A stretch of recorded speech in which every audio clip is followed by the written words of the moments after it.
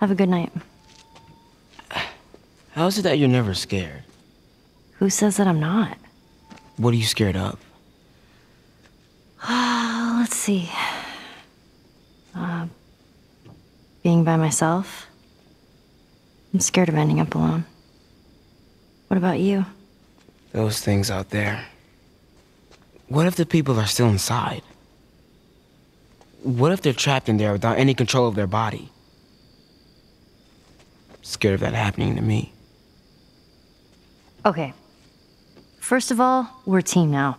Okay, we're gonna help each other out. And second,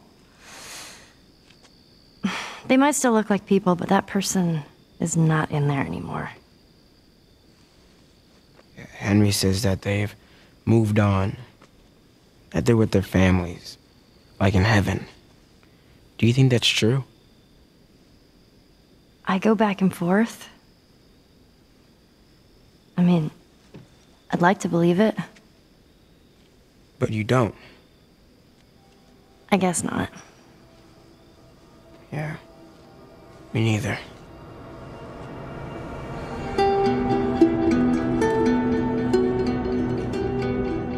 This is the official The Last of Us podcast, and I'm your host, Christian Spicer. As we all await the release of Part 2, I'm revisiting The Last of Us Part 1 and talking with the visionaries and talents who made it. We'll be recapping the story while diving deep into the making of. If you haven't listened to episode 1 yet, do that now, because we're walking through this story chronologically. And that means in today's episode, we'll be working our way through the rest of summer. And I'll be talking again with Troy Baker and Ashley Johnson, aka Joel and Ellie. And I'll also be talking with art director Erick Pangilinan, and of course, writer and creative director Neil Druckmann.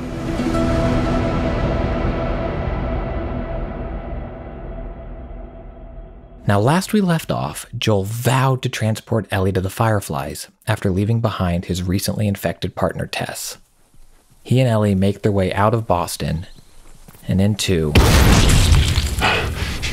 Jesus! Whoa, Nelly. What the hell was that? That would be one of Bill's traps. Your friend a bit paranoid, maybe? That's putting it lightly. What's the deal with this guy? Well, he helped us smuggle stuff into the cities. He knows how to find things. Well, let's hope we don't blow up trying to find him. Ellie, come on, just... Oh, shit! God. I got you. Damn it, Bill! What just happened? Another one of Bill's stupid traps! Cut that rope, and it'll bring me down! On it! Shit, here they come. Joel! Just tend to the rope! Ellie, how's it looking? I'm going as best I can!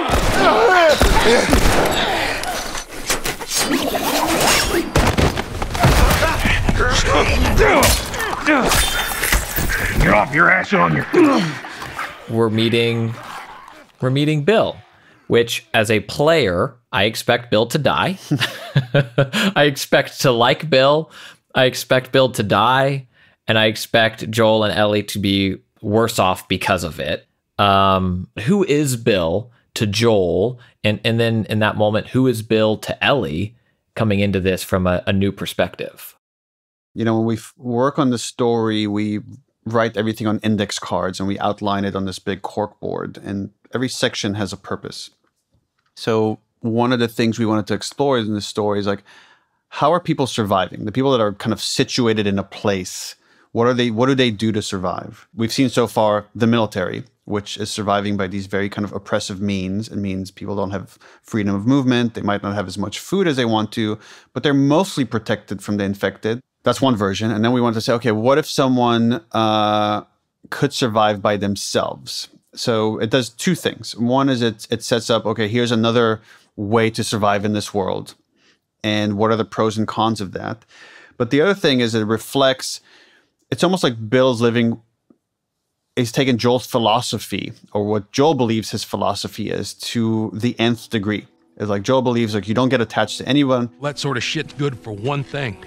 getting you killed. You live by yourself, and that's how you survive. I realize it's got to be just me. And we get to see, okay, well, this is what that looks like. Bill, it ain't like that. It's Bullshit.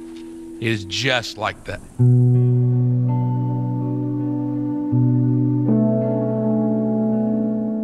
I definitely see almost every character that Joel meets throughout this, especially those that you meet, is you have to go through the thought experiment of, there before the grace of God go I. Like, you look at Bill and it's like, I could have gone crazy. I could have isolated myself and found a little, shitheel town that I could have just put up this barrier, and all that I have to worry about is protecting myself. Why did Joel choose to be a smuggler in a quarantine zone? Why did he choose to partner with Tess and do this? Why didn't he just isolate?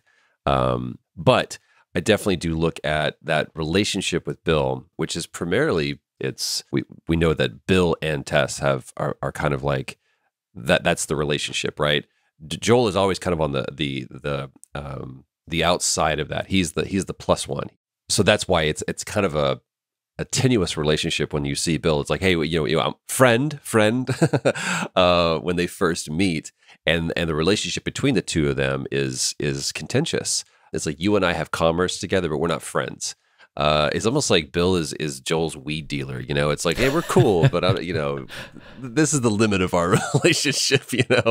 And to me, it was always a very interesting choice that Neil made in the script to.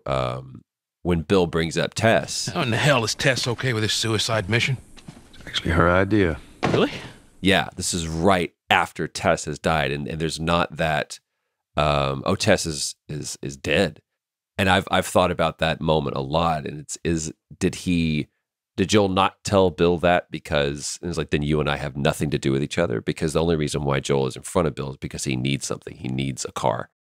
Bill's like trying to say, like, why are you with this kid? Like, don't you like, and he kind of lays it out, almost the themes of the game is like, don't you know what happens when you like rely on someone and like, you're going to get yourself killed? And Joel's like, it wasn't me, it was Tess. It's like, well, the broad's not as smart as I thought she was. And then Bill starts insulting Tess, just when Joel kind of stops him. Bill, face. Can we please just get on with it?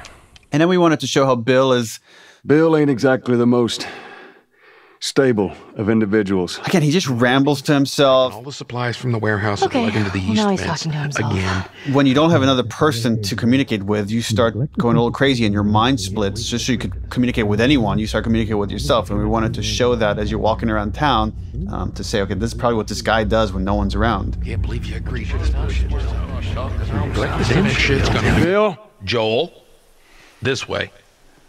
He just is living this very kind of lonely, sad existence. And then so much of his character came from the actor that played him, W. Earl Brown, who was just phenomenal. I mean, I'm going to say that about every one of our cast members. But he really kind of brought this, there's just like this anger and this resentment and again, this really kind of pushing away people that really felt honest the way it came out of Earl's performance. What, you know this guy or something? Frank. Who the hell's Frank? He was my partner. I think the idea of Bill having a partner, we're always trying to subvert expectation. Like, you think it's going to go this way, and if it went exactly how you predicted, it's going to get boring. So you think you're meeting Bill because Joel needs a car because he wants to get to his brother as quickly as possible to get rid of Ellie. And then we're going to subvert things by having a horde of infected in the school, and it's not going to go at all how these characters predict it's going to go. But another way to subvert expectations is to say, okay, Bill is this loner who pushes everybody away, and then find out he really cared about this person. And at first, I think we conceived of it as just like a surviving partner, his best friend. And as I was writing those scenes, it just, I don't know, sometimes things just come out of you, and it felt more interesting to say, okay, this partner is his lover as well. When we shoot these scenes, we first do a table read where we kind of get the actors to say the words for the first time, maybe improvise some changes, but really make them part of the storytelling process. Every chance I get the opportunity to talk about specifically the character of Bill, I love bringing up the fact that W. Earl Brown, what he brought to that character specifically was he infused that character with the soul. Neil and Bruce did such a great job of giving it framework, and especially Neil writing the character. But one of the first moments that I remember seeing Neil's MO, which would be, I'm going to present you with something and I'm going to give you the opportunity to make it better or to flesh it out, was sitting at the table read for this one scene. And the scene is when we discover that Bill has a partner. And that was the specific word that was used. Just use the word partner. And Earl asked Neil, he goes, when you say partner, what are you stating? And Neil says, and his famous phrase now, what do you think? And Earl made the choice. He's like, if it's all right with you, I think it's interesting that in this world, this man found partnership, he found connection, and he found love in this person. And that's what it was. But that was a choice that Earl made purely as an actor, that Neil facilitated and supported that decision. At the time, I didn't think about what representation could mean to other people in this instance. I don't know why I didn't think about, and maybe I should have. But since the game has come out and there was like just a nuanced gay relationship that people connected with and identified with, and they come and have expressed to me how much it meant to them to see it represented so honestly, or represented as well as we did it. It just kind of reinforced that feeling of seeing yourself in something you love, or seeing yourself in a movie, in a game, in a book. It's such a unique feeling that I can relate to on other levels, that it's just something that has become part of our process now to make sure that we're inclusive to tell better stories. It leads to better stories, and it leads to more people being able to connect to different layers of your stories than just kind of telling the same stories with the same kind of characters and the same kind of relationships.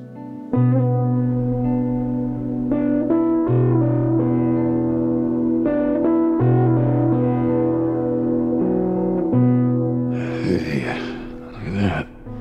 Let me use that. I'm a pretty good shot with that thing. How about we just leave this kind of stuff to me? Well, we could both be armed. Cover each other. I don't think so. So we got shotguns and bombs. What the hell are we doing with them? Well, every few weeks this military caravan rides through town. I assume they're out looking for supplies. I mean, you'd be amazed at the shit that they overlook. Anyway, a few months back, they were rolling through and they get overrun by this horde of infected. They were all over the truck. It plows right in the side of the high school. Still sitting there with a battery in it. So we take that battery and we put it in another car. Bingo! I wanted to get it, but it seemed too dangerous with all the infected on that part of town. But fuck it. Actually might work. Ellie, come on. Look, there's a school. All right. Ready? Guess we'll find out.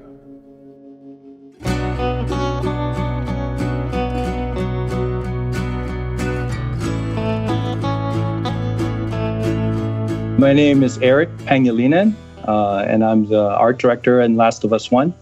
I'd love to start broadly for people who may not know. And for me, what is your role as art director? So it's almost like a mix between a producer and an art director and an art manager, where I manage the entire project from start to finish, dealing with the creative director, the concept art, the animation, the camera guys, and the environment team. So I take care of the game from start to finish. So how does the art and the art direction contribute to that feeling of like loneliness and just isolation in this world that has moved on from where we started, 20 years prior? I think one of the goals we tried to do in the art was to contrast that, because the feeling and the situations we put the players in is very grim, very sad, very violent. And we want to contrast that with the environment being beautiful, open, bright. How do you balance the beauty of nature with the destruction of what it represents? That here's this beautiful flower, per se, but it's not where a flower should be if society was as it was, 20 years prior. How do you balance that? I think for us, we searched the internet, we look for references, and like in most images we saw, it was just overwhelming. It was just nature will take back everything. And for us, for the art director, it's more about balancing that so that it's visually appealing. We use that to our advantage in separating the values and separating what is nature and what is the environment so that it creates a good balance aesthetically to the world.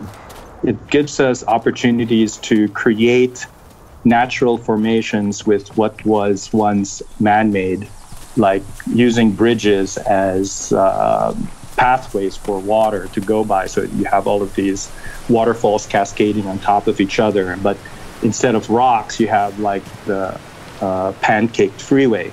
So it creates like this nice cascade down an environment. But when you look at it closely, you'll see like, hey, that's not rocks. That's not these terracing. It's actually a destroyed structure like the freeway that collapsed on top of each other and formed this nice waterfall. One of the moments I'd really like to talk about, it's arguably the first, and I think certainly one of the few, it's the boss fight in the game, right? Like if boss fights even exist in the game, it's not like a health bar shows up and boss fight, comes on screen, but it's the encounter with the bloater. It's such an important moment in the game. And I'd love to hear how that moment and the gym were created. What the fuck is that? Goddamn bloater! What? Ellie, take cover! I guess the bloater is an interesting part in the game, but I think I remember us being very against like making this feel like a game.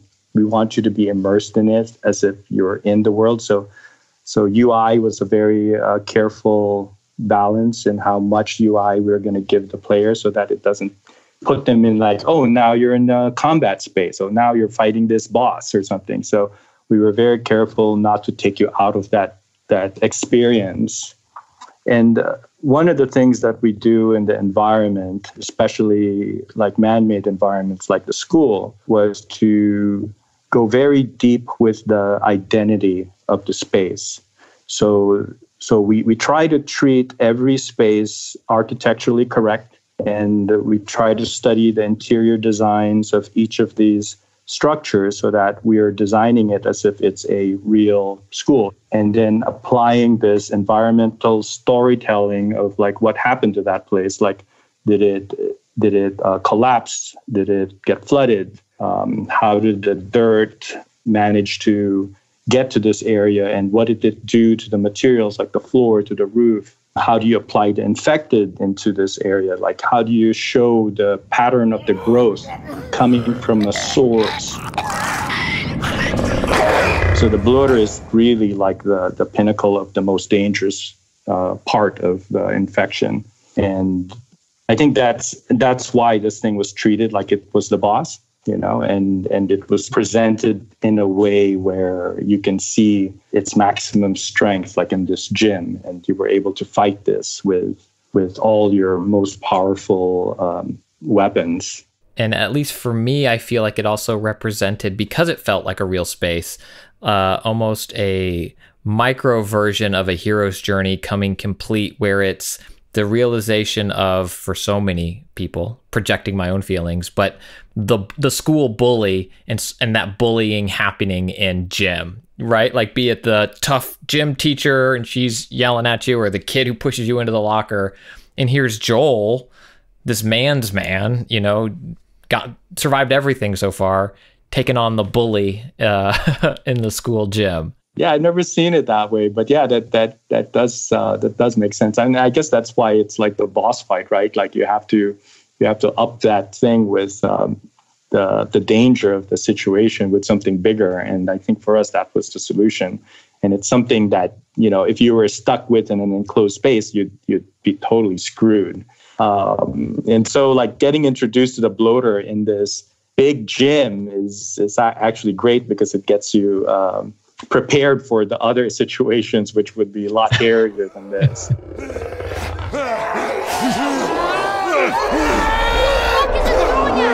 Ellie, just stay away from it.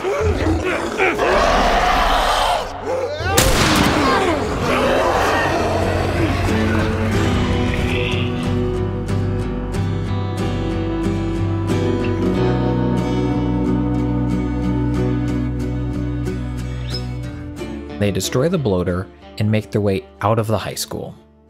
And they find Frank's body. They see Frank's body when they're in the middle of a yelling match. Bill? Somebody had the same idea. They stole my shit. Well, then what the hell is plan B? You ought to be thankful you're still drawing breath. That was plan A, B, C, all the way to fucking Z. And furthermore, tell Tess that she could take this job. Don't you bring Tess into this. Shove it right up nothing to do with... And then they find this body. Jesus. What, you know this guy or something? Frank. Who the hell's Frank? He was my partner. He's the only idiot that would wear a shirt like that. He's got bites. And then Bill revealed that Frank was his partner, and we see Joel, there's a moment of empathy. And Joel pauses, and he's like... Reckon he didn't want to turn. Sorry. Yeah, I guess not. He doesn't know what to say. Like, that was one of my favorite descriptors of Joel when we sent out the casting description, is he's inarticulate. He doesn't quite know how to express him because he's buried his feelings so much, and he's just not like a well-learned person. He doesn't quite know how to express his feeling, his thoughts, and he just kind of rambles in that moment. Like, I don't. That's a rough deal. That's a tough deal. And that's the best he could do to comfort someone he cares about. But we see this moment of like, he gets it. He gets that sadness. He gets that loss. And as much as he wants to bury those emotions, they bubble to the top. When we get to that scene and he says, you know, he's so clinical about it. He's like, yeah, it looks like you got bit here, here, and here. And he has this one moment of contemplative grief. And then it's back to Bill. He's like, you get rid of that girl as soon as you can. You know, this is the last time I'm ever going to see you because you're going to be a dead man. We square. We're square. And get the fuck out of my town. That's it. But it's a reminder, if nothing else, I think for Joel, Bill, that whole arc serves as a quasi-Faustian, this neo Jiminy Cricket going, remember, you get attached and it'll fuck you. Don't care about people. Remember, don't care about people. This is about getting this one thing and getting to the other side. Don't get emotional about this, Joel. That's what I think the purpose of Bill serves to Joel. It's a reminder of the atrocities of this world that we're in.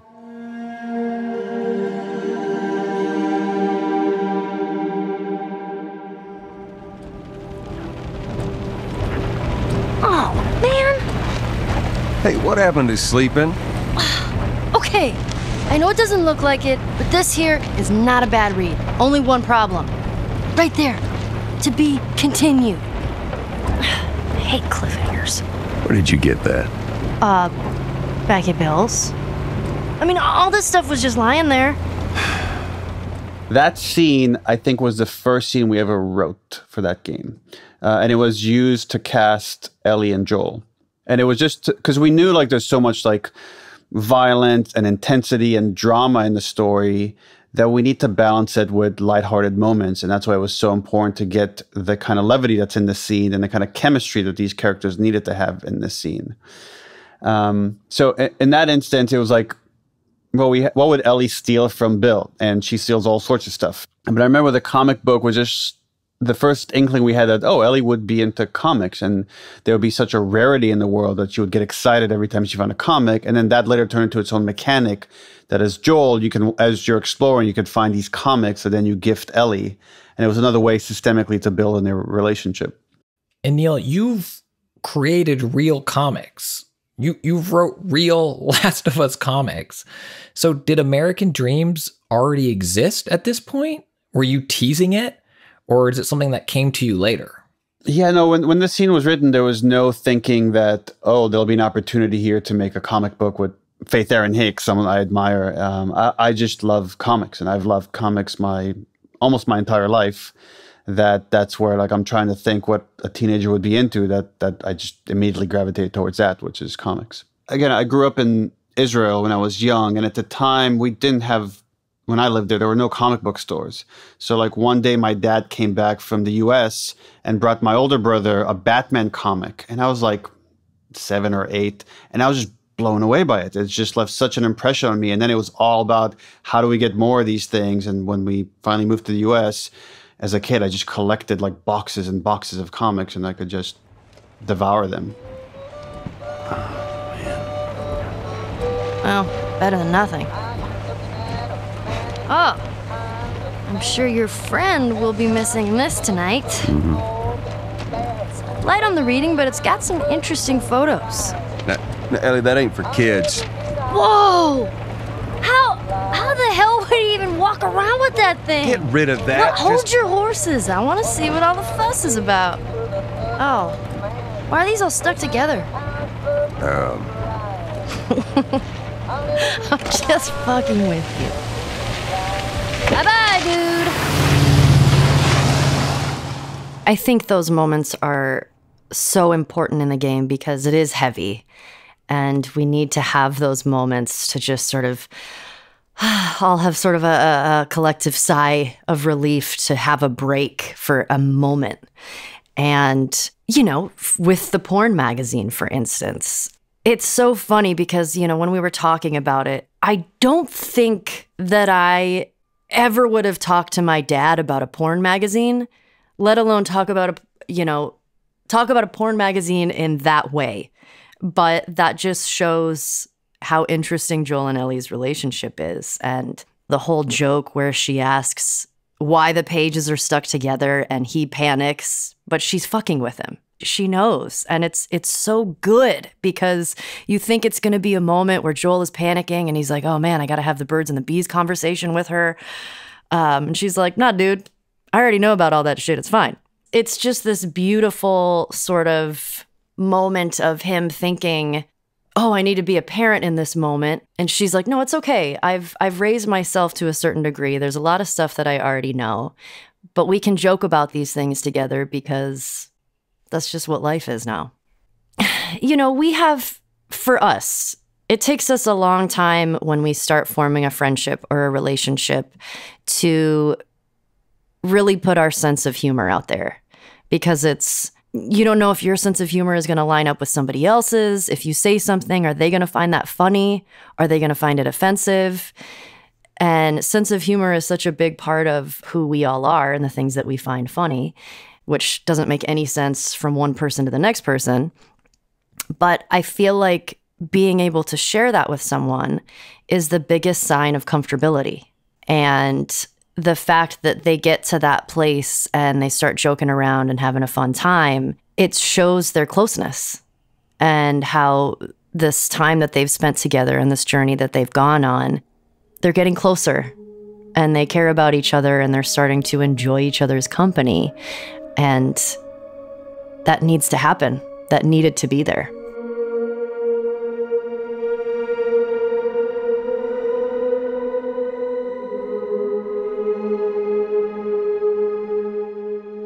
As we move through the game, the world becomes, or aspects of the world, there are still moments of levity, but aspects of the world become more brutal in terms of both the human enemies that we encounter and their ferocity, and also enemies like hunters. Easy. Please! Holy shit. Help! Are we gonna help him? Put your seatbelt on, Ellie. Well, what about the guy? He ain't even hurt. And the approach to what Joel and Ellie have to fight and physically combat. Is there an analogy there to Joel and Ellie's moral compass also sliding, or is it just kind of the mechanics of gameplay that we need new enemies for our players to kind of deal with? It's almost all those things. So we wanted to show there are multiple threats in this world. One is the infected, and it's almost like when you think of a natural disaster. There isn't someone strategizing how to use these infected to kill people. It's just nature is now killing us in large numbers. But then knowing when supplies get scarce and people get desperate, they can turn very primal and violent. Get away from us, huh? We're back, motherfucker! And we wanted to explore that both in the story and in gameplay. So, you know, when Ellie and Joel get to Pittsburgh, it's the first time. I guess there's a little bit in the opening in Boston, but we really don't really dive into it until you get to Pittsburgh, and we just see how violent and how desperate people have become, and how tribal they've become. And anybody outside the tribe is seen almost no different as the infected. It's just someone you kill for survival. And it was an opportunity to show through dialogue that this is something Joel has done.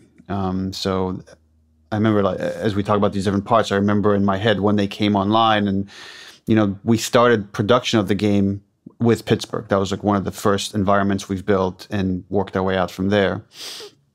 And one of the first bits of in-game dialogue we recorded is Ellie asking Joel, like, how did you know those people on the outset were trying to ambush us? And him saying, I've been on both sides.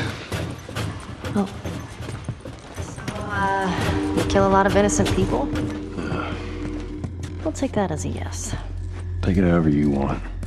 And it was just like, you know, it took a lot of time to get to that dialogue, but what I love about dialogue like that is it just all of a sudden your brain is filled with all sorts of backstory of like what this guy must have done to get to this place, and can he come back from that? It's like it kind of fills your mind about who he is, and then raises interesting questions about where this might go. I think Joel looks at himself as a lone survivor. He's like, whatever you need from me, I'll do whatever you need. I'll do whatever I have to. I don't need a jacket. I don't need a badge. I don't need any kind of affiliation or fraternity, especially.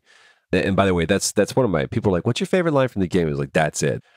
She's like, how did you know about that? And he goes, because I've been on both sides. All right. And it's said so offhand. It's just like, because, like, what do you want to know, girl? I'll tell you everything. I think that to recognize that play, to be able to, like a quarterback, look down the line and go, they just changed, and to throw that audible and be able that you have been in that situation before and you will not get caught looking again. Oh, shit. Come here, keep your head down. All right, now, I'm going to jump down there and I'm going to clear us a path. What about me? You stay here. This is so stupid. We'd have more of a fucking chance if you let me help. I am. You seem to know your way around a gun. You reckon you can handle that? Well, I sort of shot a rifle before, but it was at rats. Rats? With BBs. Well, it's the same basic concept. Lift it up.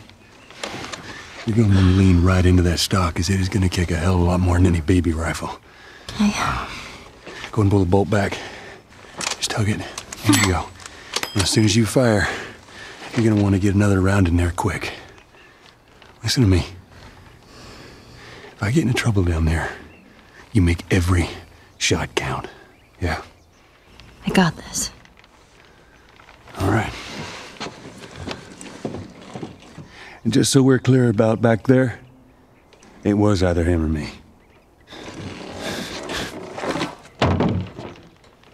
You're welcome. I love that Joel doesn't let her shoot until that point, because she is a kid. And that feels very real. And, you know, oftentimes in video games, it's just like, yeah, give everybody a gun and let's just like go shoot up some stuff. But it's so real. And you know, if this happened today, there's no way that you would give your 14-year-old kid a gun on day one of an apocalypse. And I mean, at least I wouldn't. But that is such a huge turning point in the game and their relationship, because it shows a massive amount of trust between them. And I think Ellie at that point already trusted Joel in terms of how capable he was and how safe she sort of felt with him to a certain degree. But it feels like the first time that Joel puts his trust in her and his life in her hands. And that lands with her. And their relationship is different after that. How can it not be? Yeah, and I think that is the key moment, because it's Ellie going from this, we've seen it so many times in video games, this character that the protagonist needs to escort and protect everywhere, to later that role totally reverses. When we sort of first started shooting the game, there was a lot of conversation. I am a gamer, and as sort of your companion that you are carrying with you the whole time, sometimes it can feel like a burden. Sometimes, not every time. Of course, you fall in love with your companion character and you want to take care of them. But there are moments when you're playing and you're like, they keep like getting in the way, and I keep having to go over here and save them. And obviously, that's the game mechanics. But in sort of the discussions in when we first started shooting, there were a lot of conversations that we had and that I had with Neil where I was like, is there any way for her to be a little bit more capable or helpful? It's like, because I sometimes will get frustrated that like they don't have a weapon or they don't have anything to help, and they're just standing there like, help me. And I was like, I would love for Ellie to not be that. I know she's 14 and we have to keep that into consideration, but if there's some way where she could be more capable, I would love that. How'd I do? How about something a little more your size? It's for emergencies only. Okay. Well, we wanted to apply all this pressure on Joel and Ellie when they're in Pittsburgh and they're stuck in this city, and it seems like everywhere you turn, there's this antagonistic force of the hunters or the infected trying to kill you, that you could easily turn into the same mindset as the hunters and not trust anybody. And anyone you come across, you kill them first, ask questions later. And we see the difference between Joel and Ellie when they come across these two people with Henry and Sam, and Joel's instinct is to just kill them because Joel has seen too much go wrong. It's actually the kids in this scenario of Ellie and Sam that bring pause to everything. Joel, stop! Look! Leave him alone. Easy, son. Just take it easy. It's all right. They're not the bad guys. Lower the gun. Yeah, I thought you were one of them too. Then I saw you. If you haven't noticed, they don't keep kids around. I'm Henry. This is Sam. I think I caught your name was Joel. Ellie. How many are with you? They're all dead. Hey, we don't know that. We can help each other. Ellie. Safety in numbers and all that. She's right. We could help each other. So it became interesting from a dramatic standpoint to say, okay, now you're going to have to trust someone, a stranger. Can you do that? Is it okay to do that in this world? And they take a chance on them. And now that we have these two kids, where, again, you've been in just this nothing but survival mode. Ellie has just shot a person for the first time. She's lost some of her innocence. So she's in a different mindset. But now when we bring Sam in and someone her age, we get to see them kind of joking. And Henry even comments on that. Wow. All right, ready? Ow. A blueberry hurt you? It's been a while since that boy even cracked a smile. She doesn't seem bothered by all this. So it was an opportunity that we jumped on to explore the innocence of kids, even in horrific settings. And you read about this quite a lot, where people have to find levity, no matter what the situation is. And it happens in Holocaust. It happened in like even in some horrible situations in our world. You find stories of how people have found ways to keep themselves human.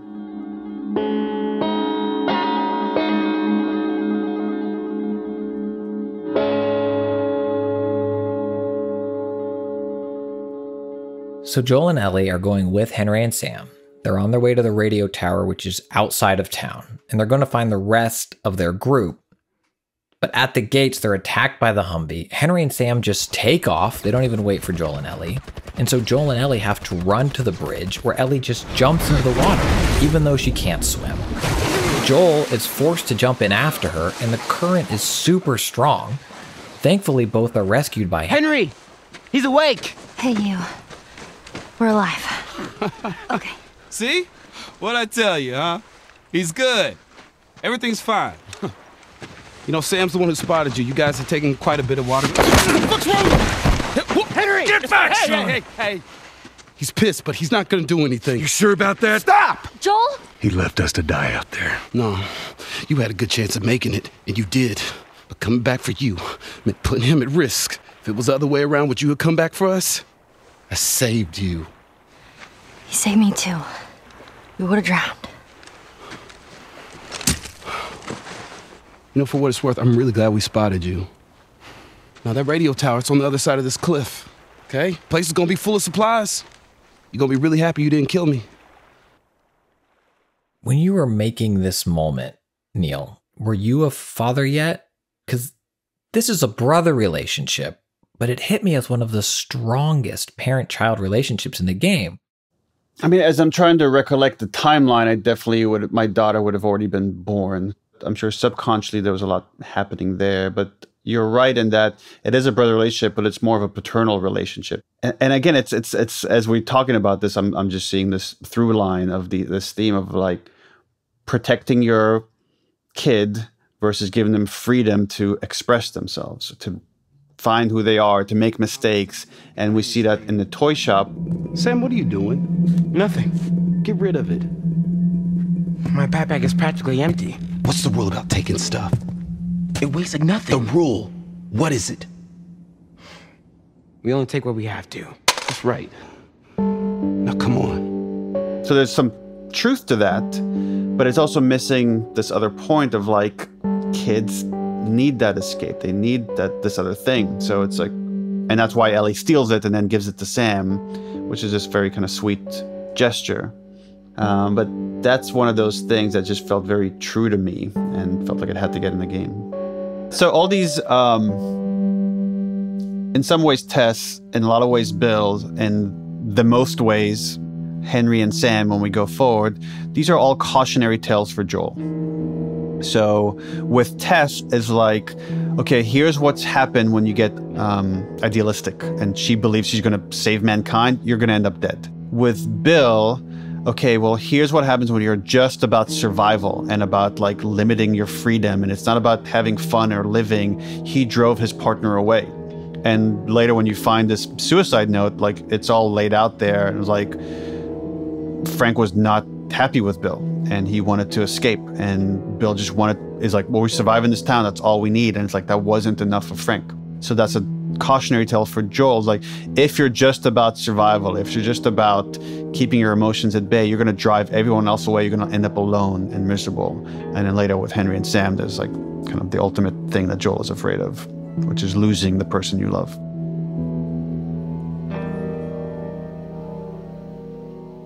There's a piece of concept art that was one of the first, and if anybody has the collector's art book of The Last of Us, it's the kind of sepia-toned sketch. It's a picture of Joel and Ellie at a campsite, at a fire, and they're laughing. And I carried that picture with me every day to set, because to me, that was always the moment that we were trying to get to. Just the moment of levity, the moment of light. And the closest that we got was the scene with the beans. Shut the hell up. Dead serious. It was Tommy's birthday, and that's all he wanted to do is just rent 2 Harleys and drive cross country. Oh, man. I could die happy if I could just ride one around the block. What was it like? And we get to see for the first time Joel kind of being a bit nostalgic and wistful, and having this moment of recollection of a fond memory. It was good. It was real good. Good? Can you believe this guy? Come on, man, give me details. Describe it. You know what? You two deserve a little privacy. No, Ellie. This isn't just any regular motorcycle, okay? You get on that bad boy, you feel that engine? Nothing like it. Oh, yeah? How would you know? Seen it in my dreams. Okay. that's what we want. And that's what we need. We, at the end of the day, just need a basic human connection. And I think that's something that is very important to Ellie because you don't have all of this external stuff. You know, she doesn't have going to the movies or staying at home playing video games or, you know, going out to the park and playing a game of soccer. It's all you have, and all she has is connections with people. And I think if you're someone who has dealt with loss, you realize how important that is. You know, and I think that's one of the main reasons why she gets connected with the Fireflies, because the Fireflies are simply trying to save humanity and save that connection. And I think it still goes back to her still trying to find meaning to all of that. Well, it's safe to say those two have officially bonded. Did Henry send you? No. Why would Henry send me? To make sure I'm not fucking up somehow. I'd say we all did pretty good back there. Especially you. Is everything all right? Yeah, everything's fine. Okay. Well, have a good night. How is it that you're never scared? Who says that I'm not? What are you scared of? Let's see. Scorpions are pretty creepy. Being by myself. I'm scared of ending up alone. What about you? Those things out there. What if the people are still inside? What if they're trapped in there without any control of their body? I'm scared of that happening to me. Okay. First of all, we're a team now. Okay, we're gonna help each other out. And second, they might still look like people, but that person is not in there anymore. Henry says that they've moved on, that they're with their families, like in heaven. Do you think that's true? I go back and forth. I mean, I'd like to believe it. But you don't. I guess not. Yeah. Me neither. All right. I'm pooped. I'll see you tomorrow.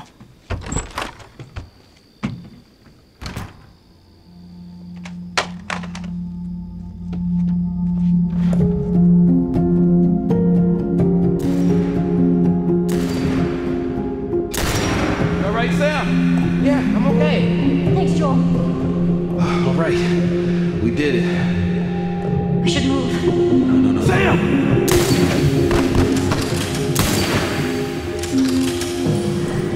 Sam, are you okay? Yeah, I'm fine. You sure? I said I'm fine. Come on! Let's move!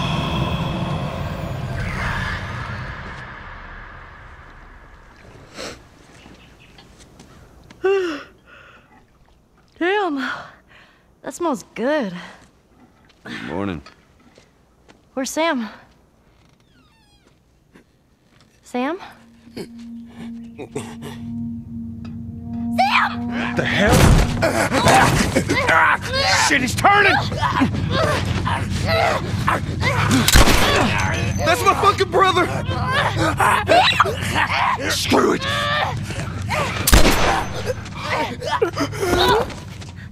Shit! Ellie? Ellie, are you all right? Oh my god.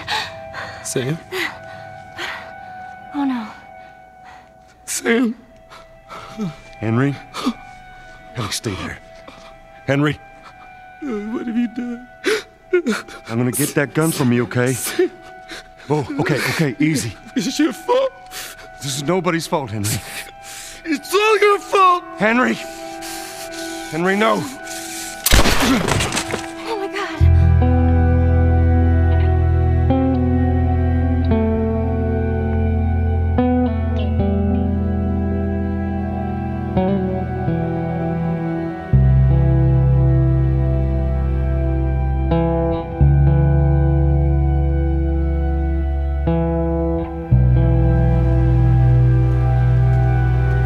Next week on the official The Last of Us podcast.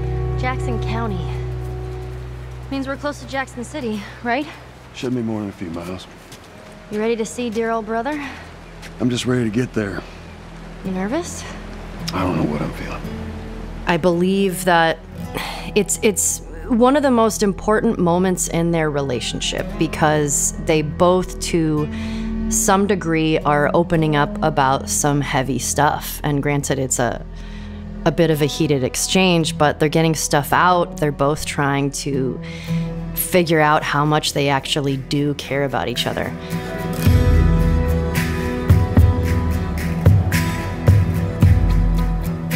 The official Last of Us podcast is produced by PlayStation and Spoke Media, is hosted by me, Christian Spicer, and written by Brigham Mosley.